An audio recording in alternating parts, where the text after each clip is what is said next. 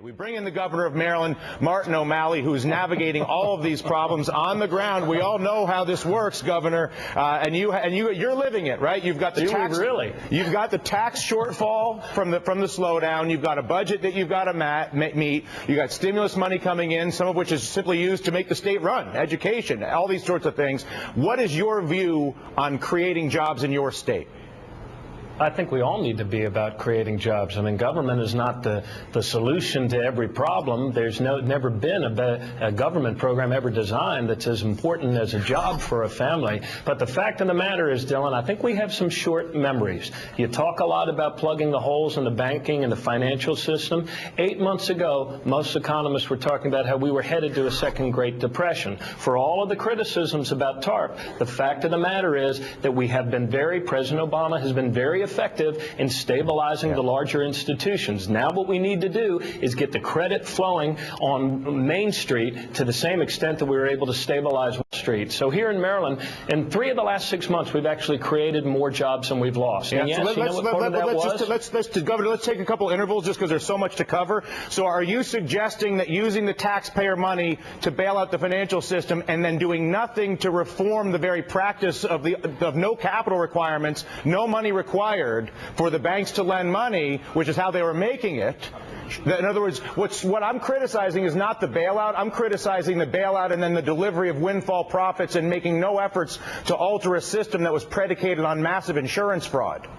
And I feel like unless you deal with that system, I don't see how you can create economic activity going forward when half of your economy, which is your banking system, is predicated on collecting insurance money to insure home loan payments, car payments, all the rest of it with these swaps markets. But they don't have any. They can't pay the bill if the default comes in, so that goes to the taxpayer. How is that helping America?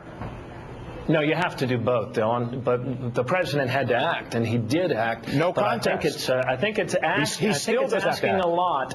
I think it's asking a lot to expect that we would have accomplished all of these reforms as a nation within 8 months. He acted, he stabilized it, the regulatory reforms still have to go on, but in the meantime, Americans throughout our country on Main Street are hurting because of a lack of jobs. So we need to keep at this. We need to get credit circulating to small businesses because in our state, and probably true in every state in the union, 3 out of 5 jobs are created, supported by small and family-owned businesses. So that's why with the repayment of the TARP dollars, we need to reinvest that in getting credit markets circulating so small businesses can add employment, expand. We also need to stabilize our state fiscal situations and local governments as well so that as small businesses are adding jobs, we're not pulling the rug out from under it by laying off teachers, firefighters, and police. Governor, I wonder if you have an opinion of the imposition of windfall taxes on bankers' bonuses, which Britain announced yesterday.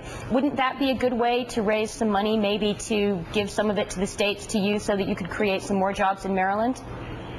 Could be. I mean, those reforms and those regulatory reforms with regard to bonuses and payouts and all of those things clearly are things that we need to do. But what I'm focused on right now is trying to create as many jobs as we possibly can as quickly as we can.